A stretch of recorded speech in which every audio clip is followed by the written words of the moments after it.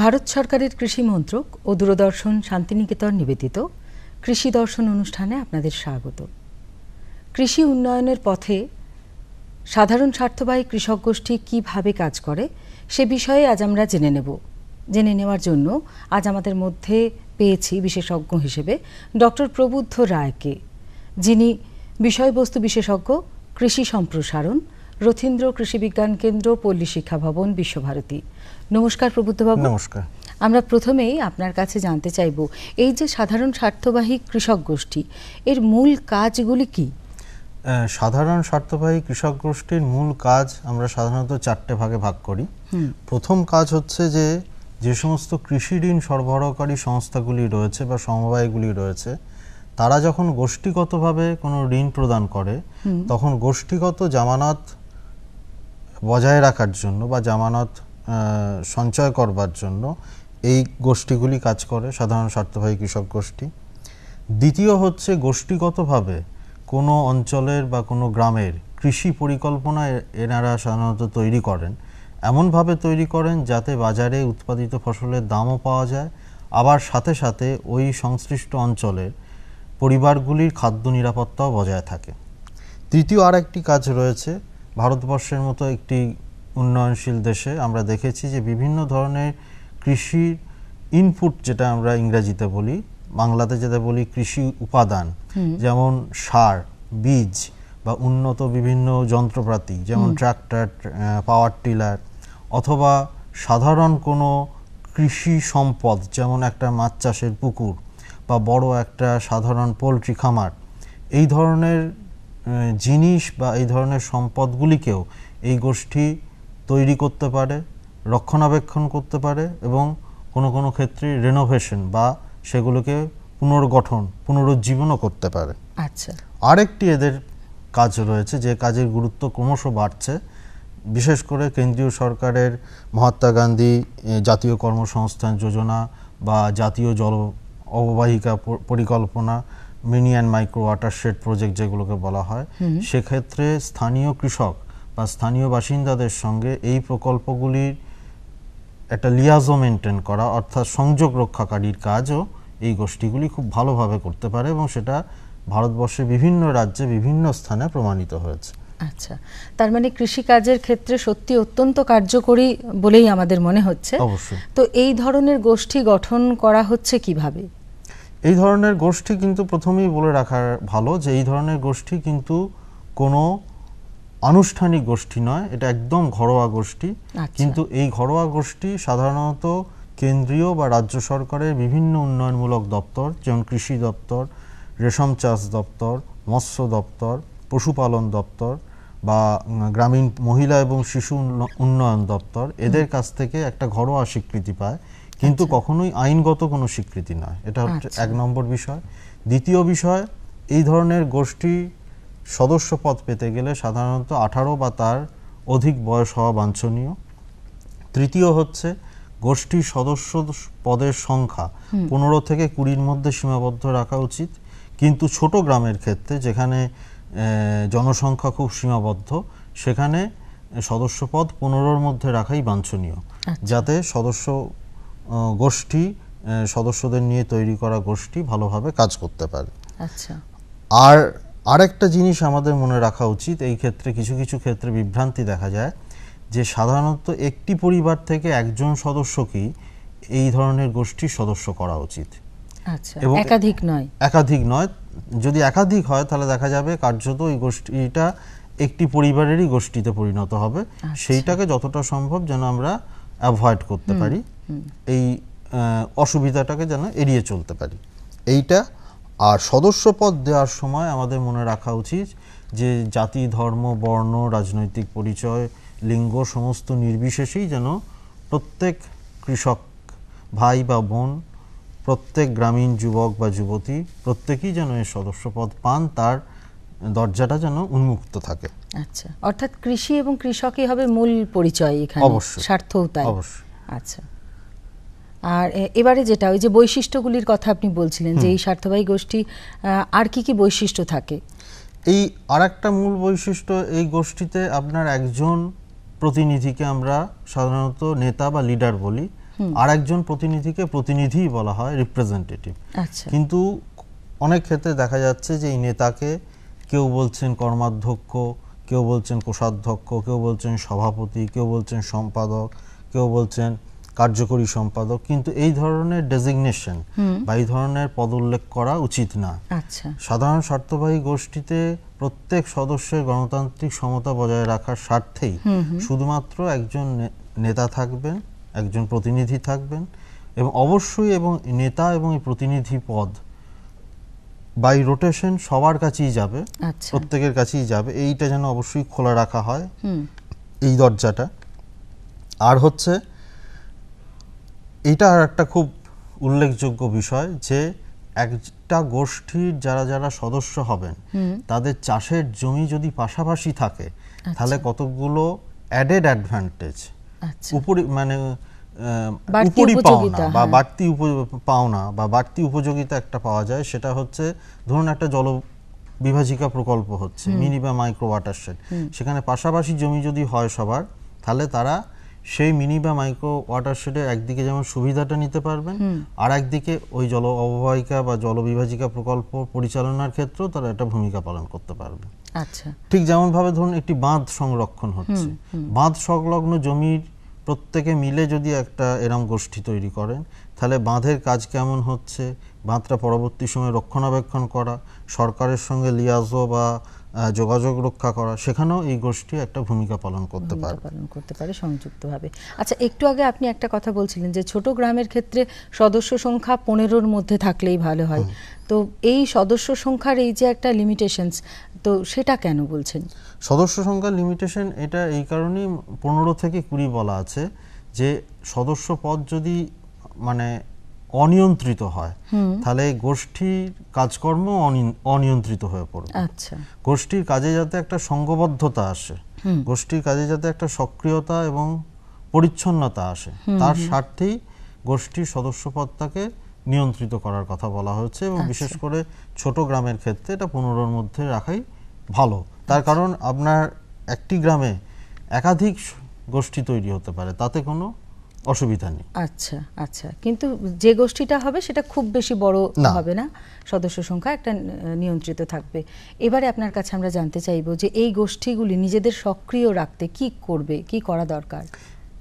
এই গোষ্ঠীগুলো নিজেদের সক্রিয় রাখতে একটা বড় ভূমিকা পালন করতে পারে যে গ্রাম পঞ্চায়েত বা পঞ্চায়েত সমিতি বা জেলা পরিষদের যে প্রকল্পগুলি আছে, বা কেন্দ্র রাজ্য সরকারের যে প্রকল্পগুলো, যেমন জাতীয় কর্মসংস্থান নিশ্চয়তা প্রকল্প, জল বিভাজিকা প্রকল্প, national horticulture mission, pulse oil seed mission, এই ধরনের প্রকল্পে এরা যোগাযোগ রক্ষাকারী ভূমিকা পালন করতে পারে। আচ্ছা। এবং এই গোষ্ঠীগুলো বছরে অন্তত আমরা বলি যে 12টি করে সভা বা মিটিং করা উচিত, মাসে অন্তত পক্ষে একটি।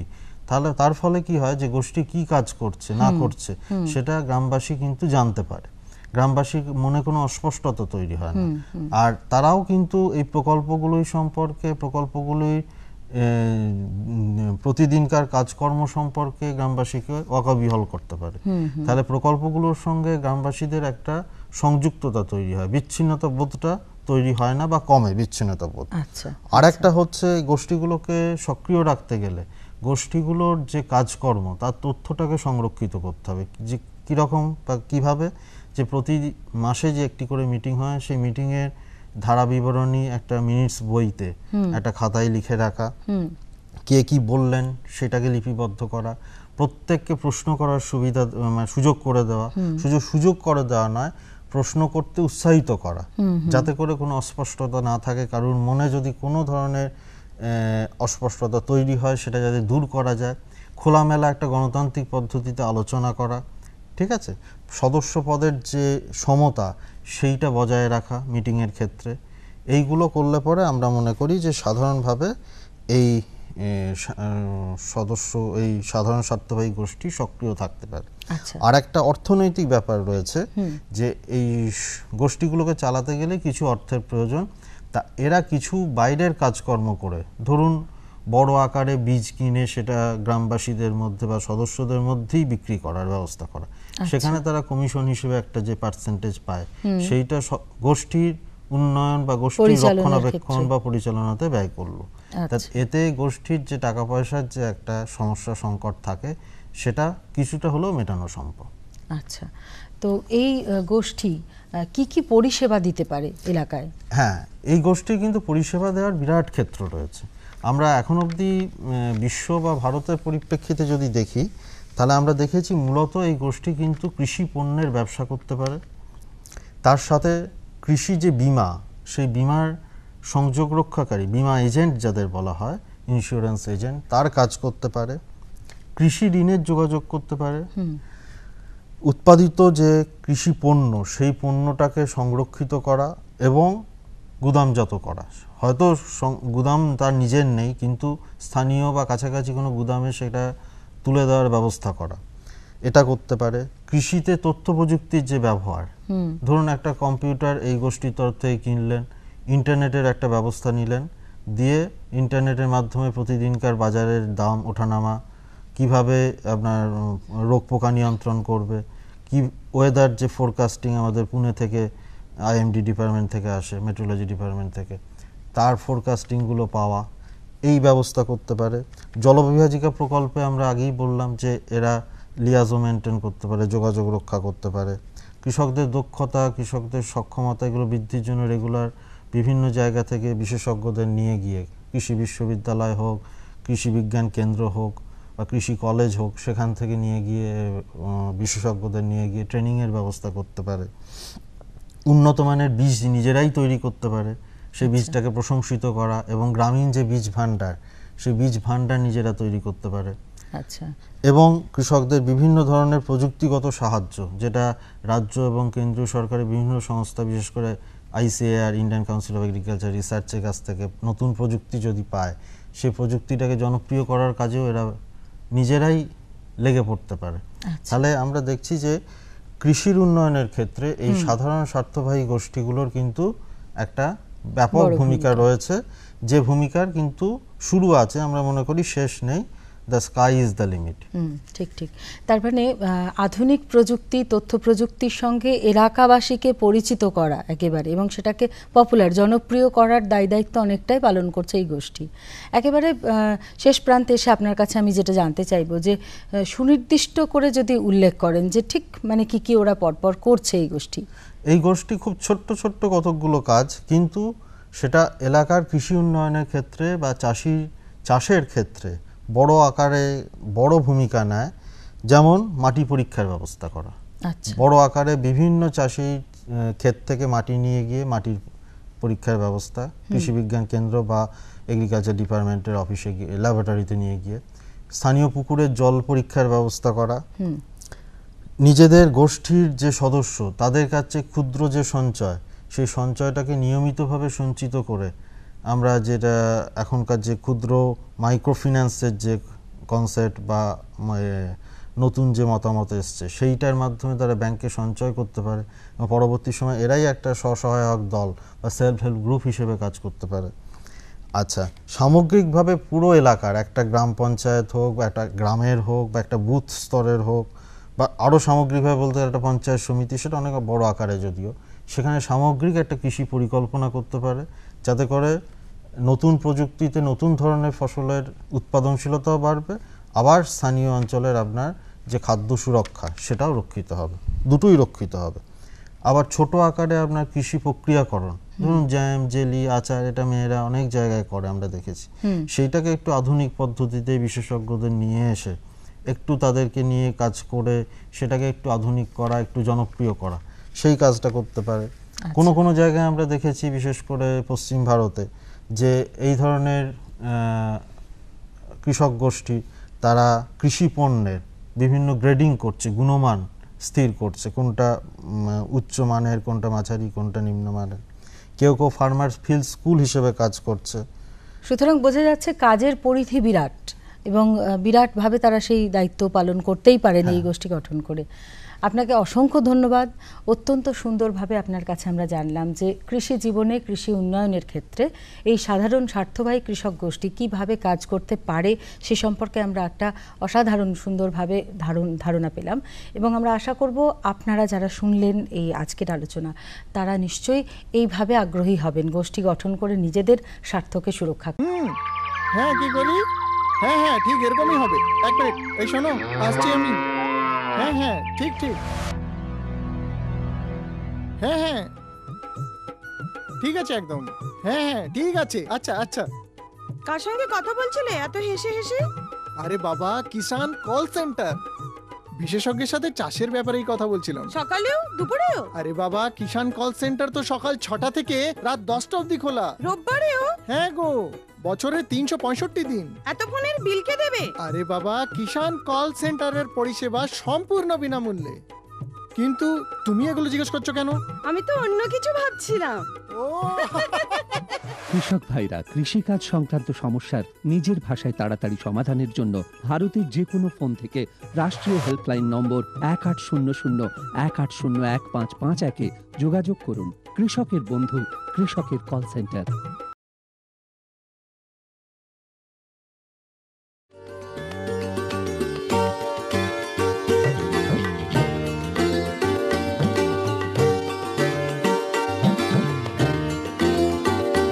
প্রথাগত চাষের মুনাফা হার কম হওয়াতে চাষি বন্ধুরা ধীরে ধীরে বিকল্প চাষের দিকে আকৃষ্ট হচ্ছেন। নিত্য প্রয়োজনীয় বা ঋতুকালীন সবজি চাষ করে নিজেদের অর্থনৈতিকভাবে স্বাবলম্বী করছেন। যেমন বর্ধমান জেলার কালনা মহকুমার বিশ্বরম্ভা গ্রামের সুব্রত ঘোষ। বিগত বেশ কিছু বছর ধরে নিজের জমিতে ওল চাষ করে অর্থনৈতিক মুনাফার পাশাপাশি সংসারের হাল ফিরিয়েছেন। চাষের ক্ষেত্রে প্রয়োজনে কৃষি বিজ্ঞানীদের পরামর্শ নিয়ে আরও উন্নতি করেছেন। ইংরেজির জানুয়ারি-ফেব্রুয়ারি মাস নাগাদ ওল চাষ শুরু করার আদর্শ সময়। ভালো জাতের বীজ সংগ্রহ করে সেটাকে সঠিক পরিমাণে কেটে ও শোধন করে মাটিতে বসানো হয়। তার আগে অবশ্যই মাটিকে আগাছা মুক্ত করে প্রয়োজনীয় জৈব ও রাসায়নিক সার প্রয়োগ করে মাটিকে চাষের উপযুক্ত করে রাখতে হবে। একটি 2 কেজি ওজনের ওলের বীজকে 4 টুকরো করে নেওয়াটা আদর্শ। ওলের বীজ মাটিতে ভালোভাবে চাপা দিয়ে নিয়মিত ও প্রয়োজন মতো জলসেচ দিলে 1.5 মাসের মধ্যে ওলের চারা বেরিয়ে আসে। তখন চাষের প্রয়োজন মতো ডিএপি, 10-26, সালফার, পটাশ সার প্রয়োগ করা হয়। সার সবসময় মাটি চাপা দিয়ে রাখা উচিত। ওল চাষটা প্রথমে আমাদের বীজ সংগ্রহ করতে হয়, নতুন বীজ দিয়ে সেই বীজটা আমাদের এই ফাল্গুন মাসের দিকে জমি, মাঘ ফাল্গুন মাসের জমি আগে চষে নিয়ে জমিতে কিছু জৈব সার, কিছু রাসায়নিক সার দিয়ে দেওয়া হয়। আগাছা চষে আগাছাটা একবারে নষ্ট করে দেওয়া হয়। তারপরে ওই ওলটা, বীজ ওলটা একটা যদি 2 কেজি সাইজের ওল থাকে সেটাকে 3 ভাগ 4 ভাগ করে শোধনের কিছু ওষুধ দিয়ে আমরা সেটা শোধন করে জমিতে লাগানো হয়। জমিতে লাগানোর পর ওই আমাদের মানে শ্রমিক দিয়ে সেটা আবার ঢাকা দিয়ে দেওয়া হয় ওলটাকে। এবার ওলটা বার হতে মোটামুটি 1.5 মাস সময় লাগে ওল গাছটা বার হতে। এবার ওই টাইমটা আমাদের নিয়মিত সেচ দিতে হয়। সেচ দেওয়ার পর যখন ওলটা বার হয়, গাছটা যখন বার হয়ে যায় তখন প্রয়োজন মতো রাসায়নিক সার ডিএপি, 10-26 বা পটাশ, ইউরিয়া যেটুকু যা প্রয়োজন, বা সালফার, এখন মাটিতে সালফারের ঘাটতি আছে আমাদের অঞ্চলটায়, সালফার কিছু প্রয়োগ করতে হয়। ওল গাছের গোড়ায় মাটিটা জড়ো করে দেওয়া হয়, মানে সারটা যাতে চাপা পড়ে যায়। এইভাবে ওল গাছে এমনি কীটনাশক ওষুধ খুবই কম লাগে। আর যদি কোনো ওল চাষে আমাদের অসুবিধা হয়, আমরা স্থানীয় কৃষি দপ্তরের আধিকারিকদের সাথে যোগাযোগ করে তাদের সাথে আলোচনা করে আমরা সেইভাবে ওল চাষটা করি।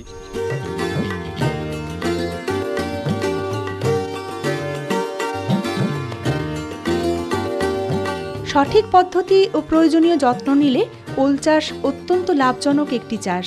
স্থানীয় বাজারে 10 টাকা থেকে 12 টাকা কিলো দরে বিক্রি হলে বিঘা প্রতি 15 থেকে 20 হাজার টাকা মুনাফা লাভ করেন।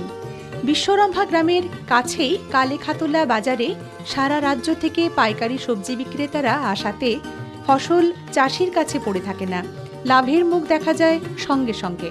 ফুলের বাজার আমাদের এখানে মোটামুটি 10 টাকা, আমরা 10 টাকা 12 টাকা কিলো পাই। কোথায় দেন এটা? এটা আমাদের কাছাকাছি পাউলিয়া বাজার আছে, কালাকাতলা বাজার আছে। কোথায় যাচ্ছে? এটা আমাদের রাজ্যেও থাকছে, আমাদের রাজ্যে থেকে ওই উড়িষ্যা বা বিহারে শুনি ওল চাষ চাহিদাটা বেশি, এখান থেকে বিহার উড়িষ্যাটাতেই বেশি যায়। এই ওল চাষ করে বিঘে 20-25 হাজার, কোনোবার 30 হাজার এইভাবে লাভ হয়।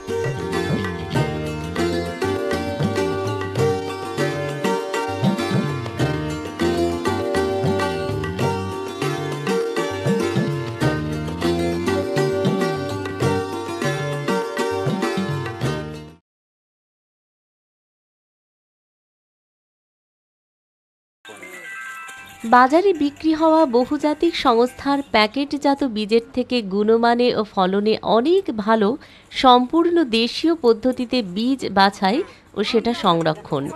এই পদ্ধতিতে রাখা বীজ থেকে ফলনও ভালো পাওয়া যায়। স্থানীয় লোককল্যাণ পরিষদ গ্রামীণ কৃষকদের, মূলত মহিলা কৃষকদের কৃষিকাজে উন্নয়নের জন্য ধানের ও অন্যান্য ফসলের বীজ বাছাই ও সংরক্ষণের প্রশিক্ষণ দিয়ে সাফল্য পেয়েছেন। সহজ অথচ উপকারী এই মাধ্যমে অত্যন্ত উন্নত মানের বীজ পাওয়া যায়। প্রথমে ধানকে ভালোভাবে চেলে নিয়ে অপুষ্ট ধানকে বাদ দিতে হবে। এরপর একটা বড় পাত্রে জলের সাথে ভালোভাবে নুন মেশাতে হবে। নুন জলের সাথে ঠিকভাবে মিশেছে কিনা পরীক্ষা করার জন্য একটা ভালো ডিমকে জলের মধ্যে ডুবিয়ে দিতে হবে। যদি দেখা যায় যে ওই ভালো ডিমটি জলে ভেসে উঠেছে, তাহলে বুঝতে হবে নুন মেশানো জল তৈরি হয়ে গেছে। এবার নুন মেশানো জলে চেলে রাখা ধানগুলোকে ডোবাতে হবে। জলে ফেলার পর যেসব ধান ভেসে উঠবে সেগুলোকে তুলে নিয়ে ফেলে দিতে হবে।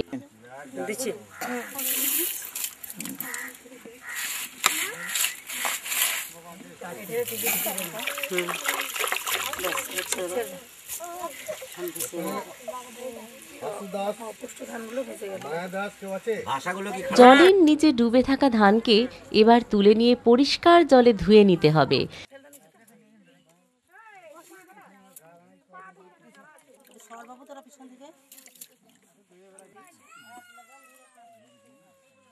ধানকে ভালোভাবে ধোয়ার পর সেটাকে আবার টাটকা গোমূত্রে ডোবানো প্রয়োজন। এতে ধানের বীজে ছত্রাক বা ফাঙ্গাসের আক্রমণ হয় না। এরপর ওই শোধন করা বীজকে রোদে শুকিয়ে নিয়ে মাটির পাত্রের মধ্যে অল্প কাঠকয়লা দিয়ে সংরক্ষণ করতে হবে। কাঠকয়লা দেওয়ার ফলে জলীয় বাষ্প বীজের কোনো ক্ষতি করতে পারে না। এই বীজ পরের বছরের ব্যবহারের জন্য রেখে দেওয়া হয়। দেশীয় পদ্ধতিতে এই বীজ সংরক্ষণের ফলে শুধু যে কৃষকদের বাজার থেকে বেশি দামে প্যাকেটজাত বীজ কেনার থেকে বাঁচায় তাই নয়, তাদের আরও অনেক ভালো জাতের বীজ সহজেই পেতে সাহায্য করে।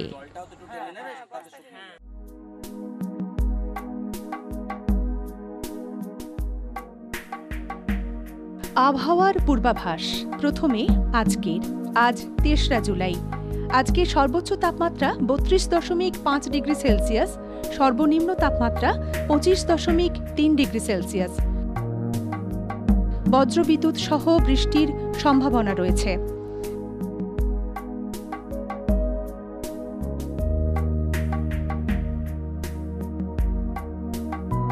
চৌঠা জুলাই 2015 আবহাওয়া। সর্বোচ্চ তাপমাত্রা 34 ডিগ্রি সেলসিয়াস হতে পারে, সর্বনিম্ন তাপমাত্রা থাকতে পারে 27 ডিগ্রি সেলসিয়াস। মেঘলা আকাশ ও বজ্রবিদ্যুৎ সহ বৃষ্টির সম্ভাবনা রয়েছে। 5 জুলাই 2015 সর্বোচ্চ তাপমাত্রা হতে পারে 36 ডিগ্রি সেলসিয়াস, সর্বনিম্ন তাপমাত্রা 27 ডিগ্রি সেলসিয়াসের কাছাকাছি থাকতে পারে। মেঘলা আকাশ ও বজ্রবিদ্যুৎ সহ বৃষ্টির সম্ভাবনা রয়েছে।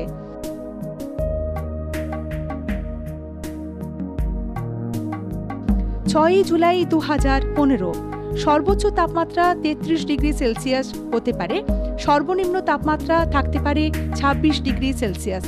মাঝারি বৃষ্টির সম্ভাবনা। 7 জুলাই 2015 সর্বোচ্চ তাপমাত্রা থাকতে পারে 34 ডিগ্রি সেলসিয়াস, সর্বনিম্ন তাপমাত্রা হতে পারে 26 ডিগ্রি সেলসিয়াস। মেঘলা আকাশ ও বজ্রবিদ্যুৎ সহ বৃষ্টির সম্ভাবনা।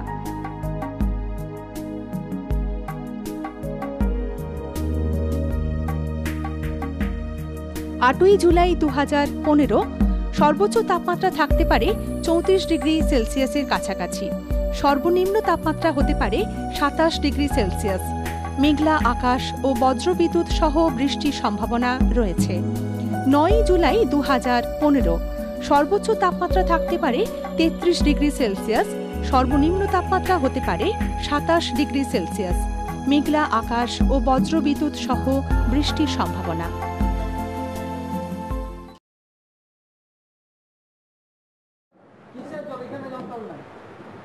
উষ্ণায়নের প্রেক্ষিতে কৃষি ফসল রক্ষা ও উৎপাদন বৃদ্ধি বিষয়ে নাবার্ড বাঁকুড়া ও পুরুলিয়া জেলার 2টি ব্লকে 4 বছরের জন্য এক প্রকল্প হাতে নিয়েছে, যা সমগ্র দেশের মধ্যে প্রথম। সম্প্রতি এই প্রকল্পের আনুষ্ঠানিক সূচনা করেন বাঁকুড়ার সাংসদ মুনমুন সেন বাঁকুড়া ছাতনা ব্লকের পঞ্চায়েত সমিতি ভবনে। পুরুলিয়ার কাশীপুর ব্লক ও বাঁকুড়া জেলার ছাতনা ব্লকের 40টি গ্রাম এই প্রকল্পের আওতাভুক্ত করা হয়েছে। প্রকল্পের ব্যয় বরাদ্দ ধরা হয়েছে 14 কোটি টাকা।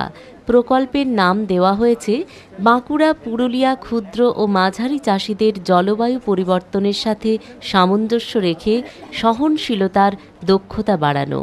এই প্রকল্পে পতিত জমি পুনরুদ্ধার, মিশ্র চাষ, গবাদি পশুর খাদ্য তৈরি প্রভৃতি বিষয় রয়েছে।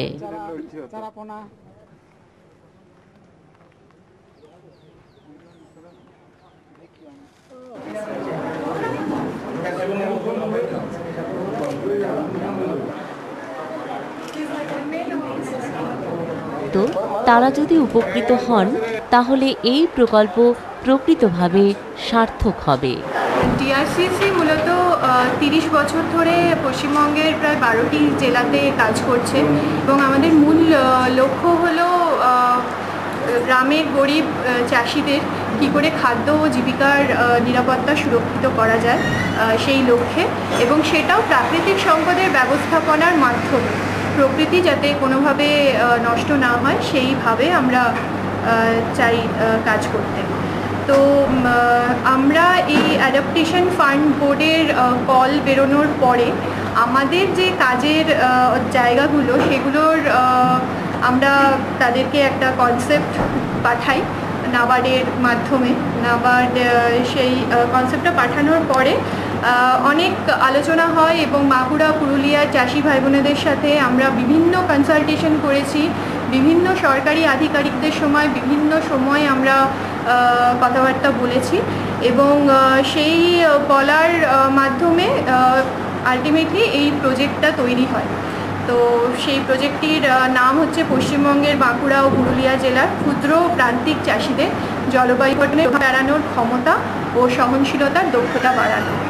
আমরা 5000 কৃষক পরিবারের সঙ্গে আগামী 4 বছর ধরে এই কাজ করব এবং তারা যাতে জলবায়ু পরিবর্তনের প্রভাব যেভাবে তাদের জীবন জীবিকাকে প্রভাবিত করছে প্রতিদিন, সেই প্রভাবের সাথে তারা যাতে মানিয়ে নিয়ে চলতে পারে এবং তাদের জীবন যাতে সুরক্ষিত থাকে, সেই মর্মে আমরা তাদের দক্ষতা বাড়ানো, তাদের সাথে তাদের যে চাষবাসের কাজ এবং চাষবাসের সঙ্গে আরও যে কাজগুলো অ্যালাইড এগ্রিকালচারের যে কাজ আছে সেই কাজগুলো নিয়ে কাজ করব।